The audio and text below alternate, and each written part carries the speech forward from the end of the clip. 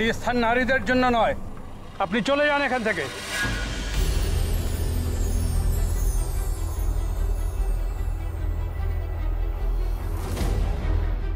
আশ্চর্য, গুরুদেব ওনাকে বাধা দিচ্ছেন না কেন?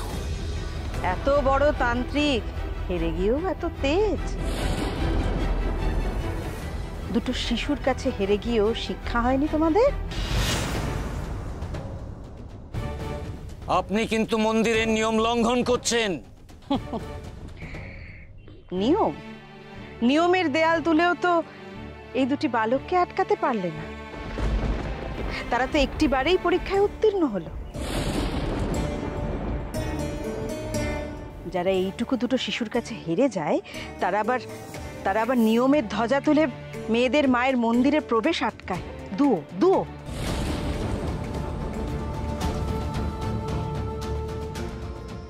জানি বাছা, বড্ড কষ্ট সইতে হচ্ছে তোদের।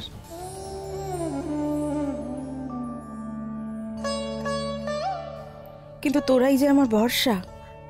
আমি জানি এই তান্ত্রিকদের অচলায়তন ভেঙে তোরাই মুক্তির বাতাস আনবি কালীঘাটে। মা স্বয়ং তাই তো লোকনাথকে ডেকে এনেছেন তার কাছে।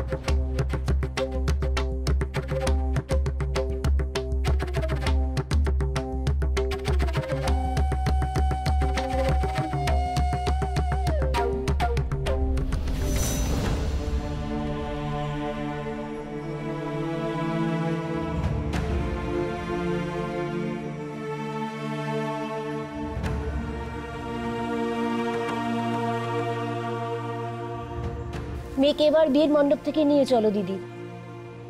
আর কত চোখের জল ফেলবে অভাগী। সত্যি কি কপাল বলুন তো দেখি মেয়েটার। বিয়ে তো হয়ে গেছিল, কিন্তু বরটা বিয়ে না মেনেই উঠে গেল।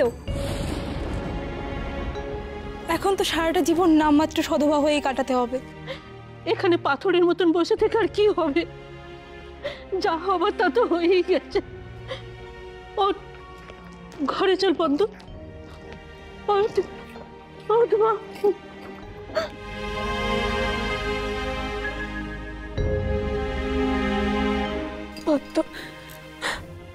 আমায় ক্ষমা করে দেব। আমি বুঝতে পারিনি ঠাকুরপো এমনটা করতে পারে। আসলে আসলে করালির সাথে সে বিয়েটা মানতে পারেনি বলেই আমরা এই বিয়ের তোড়জোড় করেছিলাম।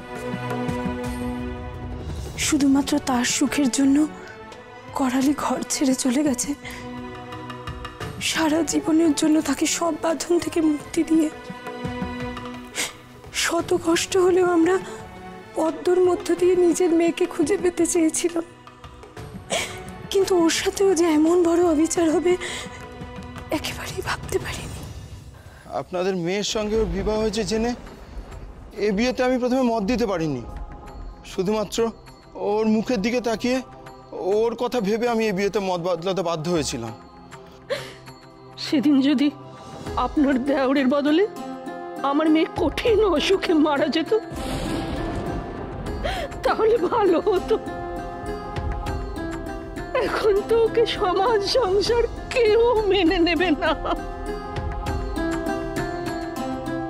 অমন কথা বলবেন না তো ভাই, আপনার কাছে আমি ঠাকুরপোকে ঠিক রাজি করাবো ভক্তর সাথে সংসার করার জন্য। আমাকে দয়া করে একটু সময় দিন। কাকে বোঝাবেন?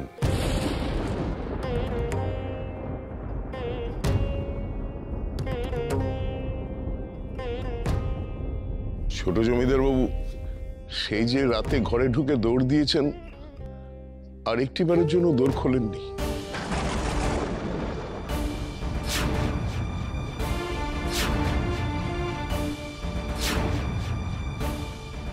সবার এত ডাকাডাকিতেও তিনি সাড়া দিচ্ছেন না।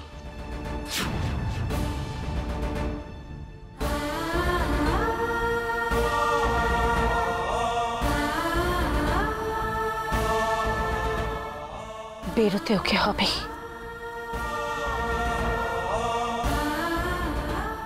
পদ্মর জীবন আমি এইভাবে নষ্ট হতে দেব না। আমি আমার স্বামীর কর্তব্য পালন করব।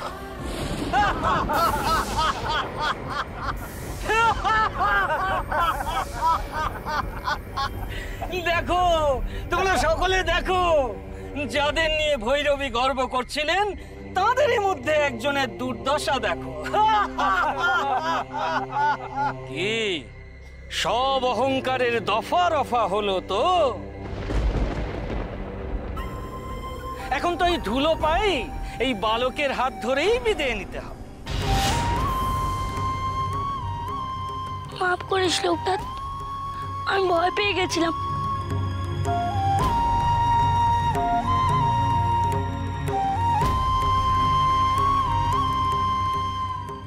পেনি, তুই কাঁদিস না, এ যে বড় অন্যায়। তোমরা কেন অন্যায় করে বেনিকে এভাবে হারালে? তোমরা কেন বেনিকে ভয় দেখালে? তোমরা ইন্দ্রিয় জয়ের পরীক্ষা দিচ্ছিলে। ভয় প্রলোভনকে জয় করাই ছিল এই পরীক্ষার উদ্দেশ্য। এই বালক শেষ মুহূর্তে ভয়ের কাছে আত্মসমর্পণ করেছে, কিন্তু তুমি এই পরীক্ষায় উত্তীর্ণ হয়েছ লোকনাথ। মন্দিরে গিয়ে মাকে দর্শন করার অধিকার তুমি লাভ করেছ। চলো, মাকে দর্শন করবে, চলো, এসো। না, বেনি যদি মাকে না দেখতে পায় তবে আমিও মাকে দেখব না। আমরা যে আলাদা নই, আমরা যে হরিহর। আমি যেখানে ও সেখানে। কিন্তু আমি তো এই বালককে মন্দিরে প্রবেশের অনুমতি দিতে পারি না লোকনাথ। না রে লোকনাথ, আমার জন্য তুই মাকে দেখতে পাবি না তা হয় না। আমি কি তোর পথে কাটা হতে পারি? এতদিন যে আমরা এক ছিলাম, আজ থেকে নয়তো মায়ের জন্য আলাদা হলাম। আমি যাই। না বেনি, তুই কোথাও যাবি না। তুই আর আমি আলাদা হব না। না শিরে লোকনাথ, তুই মাকে দেখতে পেলে আমার দেখা হবে। না না না বেনি, না, তুই কোথাও যাবি না। আমরা কিছুতেই আলাদা হব না। না না না বেনি, না, দাঁড়া।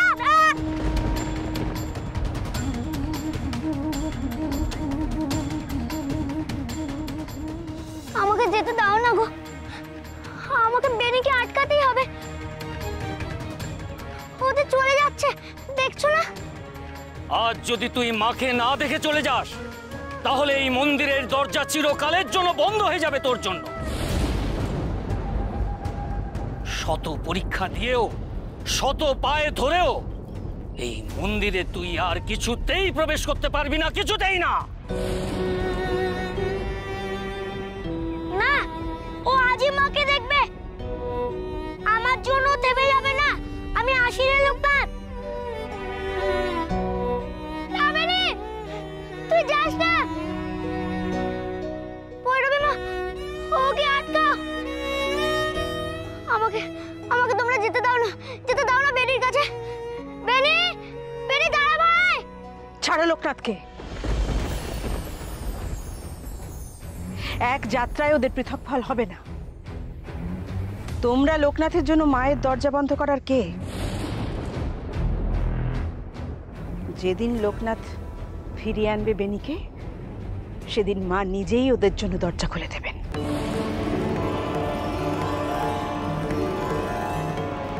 যা, তুই যা লোকনাথ, ফিরিয়ে আন বেনিকে। কি? মা নিজে দরজা খুলবেন? লোকনাথের জন্য মা নিজে দ্বার রক্ষী হবেন? বেশ, আমরাও সেই দিনটার জন্য অপেক্ষা করে থাকব।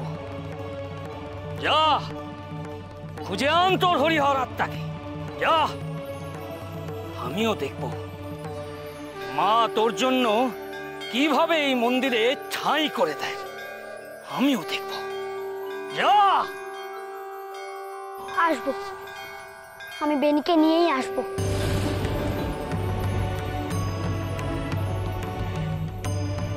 তুমি দেখো মা, আমি বেনিকে নিয়েই মন্দিরে প্রবেশ করব।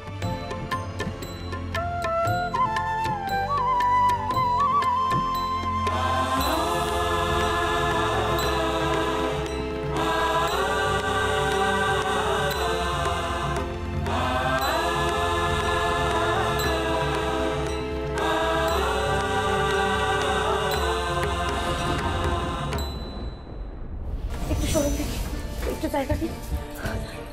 ঠাকুরপো, ঠাকুরপো, দরজাটা খোলে বলছি, দরজাটা খোলে বলছি ঠাকুরপো। আমার যে বড় ভয় করছে গো, এ কি অনাসৃষ্টিকাণ্ড করছে রাঘব বাবা জীবন।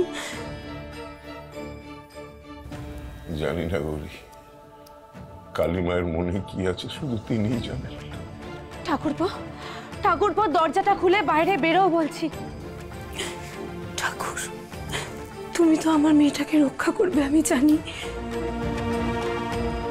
কিন্তু পদ্মর জীবনটাও তুমি নষ্ট হতে দিও না। সেও যে তোমারই সন্তান। তুমি পদ্ম সর্বনাশ করে যদি এইভাবে মুখ লুকিয়ে থাকো, তাহলে কিন্তু আমার মরা মুখ দেখবে। আমার মাথার দিব্যি রইল ঠাকুরপো, তুমি দরজাটা খোলো।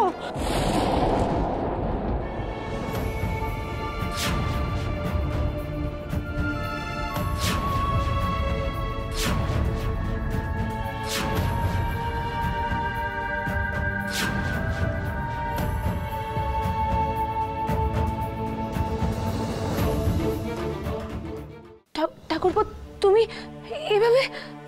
তোমাকে বলতেই হবে বউঠান, তোমাকে আমার মাথার দিব্যি।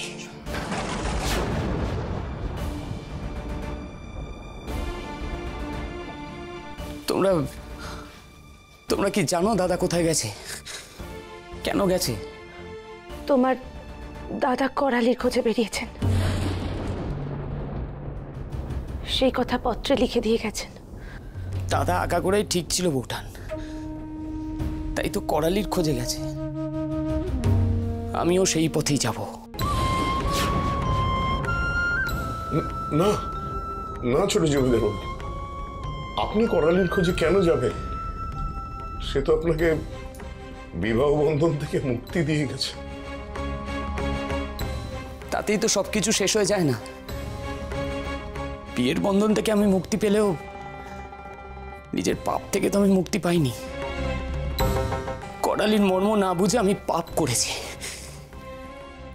অসম্মান করেছি তাকে। পদ্মকেও ঠকিয়েছি আমি, ওর মাথায় সিঁদুর পরিয়ে। একের পর এক অন্যায় আমি করে গেছি, তার প্রায়শ্চিত্ত তো আমাকেই করতে হবে। আমাকে আমাকে ক্ষমা করো বউঠান, সংসারে আমার আর ঠাঁই রইল না। ঠাকুরপো,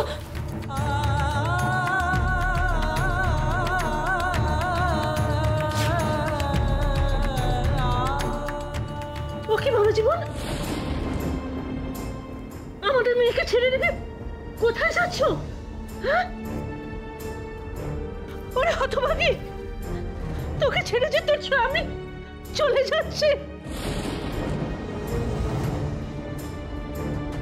দাঁড়ান।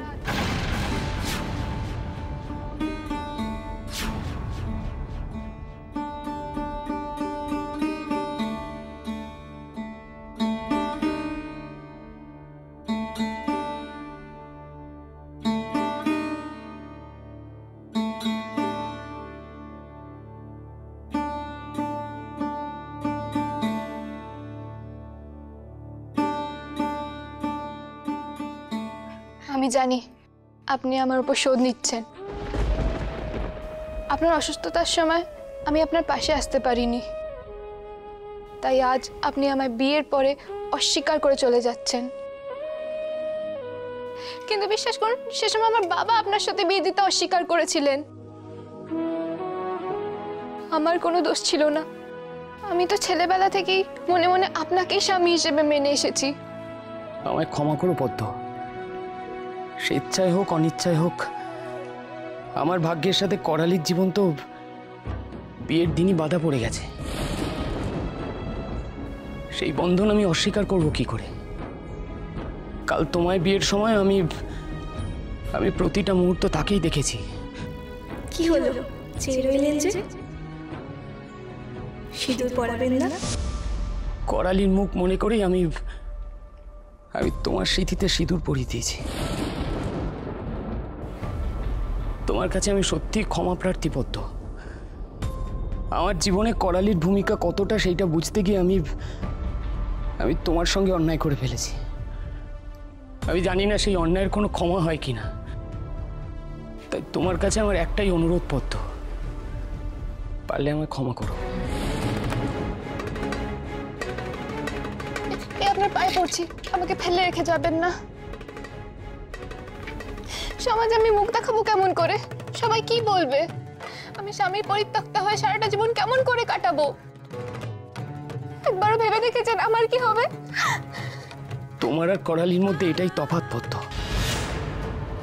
তোমার শুধু আমি আমি আর আমি, আর করালি সে নিঃস্বার্থভাবে তার সবকিছু ছেড়ে চলে গেছে সবার জন্য। এমনকি আমার সুখের জন্য তার সমস্ত কিছু ছেড়ে যেতে, নিজের অধিকারটুকু ছেড়ে যেতেও দ্বিধা করেনি। তাই হয়তো তোমাদের দুজনের মধ্যে করালি আমার মনটা জিতে নিল। তুমি পারলে না পদ্ম।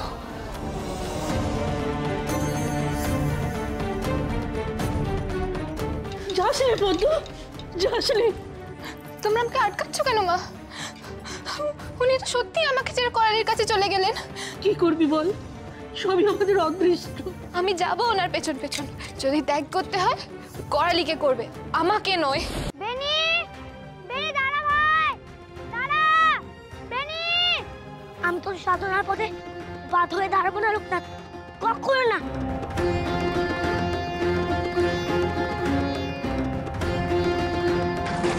লোকনাথ, বাঁচাও! কিন্তু তুমি এই পরীক্ষায় উত্তীর্ণ হয়েছো লোকনাথ।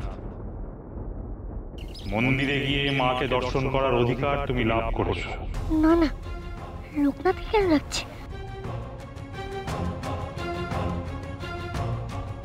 আমাদের পথ যে আজ থেকে আলাদা।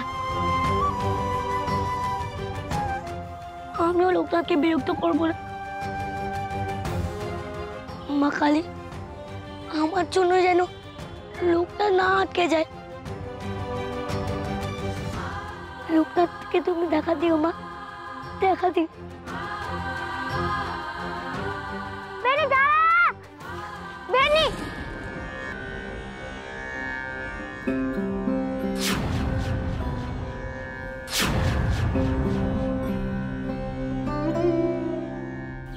কে গো তুমি?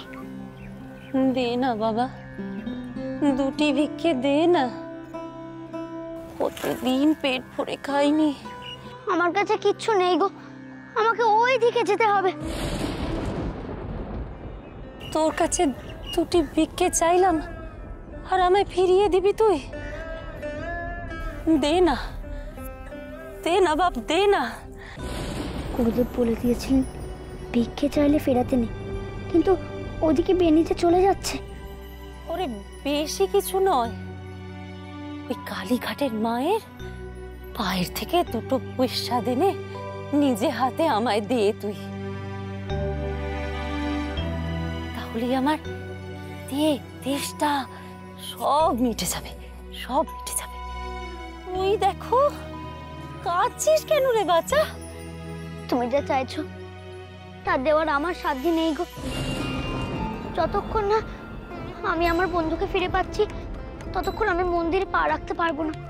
এই আমি প্রতিজ্ঞা করেছি, তাকে পেলে তবেই আমি মায়ের সাথে দেখা করব। তুমি অন্য কিছু চাও মা? বোকা নাকি রে তুই? বন্ধু আগে না মা আগে? আমি স্বার্থপর হতে পারবো না গো। পেনি আর আমি যে দুজনেই সাধনার পথে বেরিয়েছি, তাহলে শুধু নিজের মুক্তির চিন্তা আমি কি করে করি? গুরুদেব বলেছে আমাকে সকলের মুক্তির জন্য সাধনা করতে হবে। আর যদি আমি নিজের বন্ধুর পাশে না দাঁড়াতে পারি, তাহলে জগৎ সংসারের পাশে কি করে দাঁড়াবো আমি? তুমি বরং এখানে খানিকক্ষণ অপেক্ষা করো, আমি বেনিকে নিয়ে এসে তোমায় প্রসাদ দেব। যেও না কিন্তু।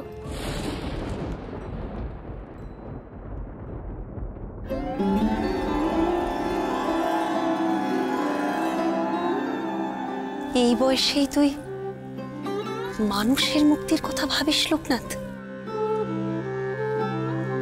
তুই পারবি জগতের পিতা হতে, পারবি।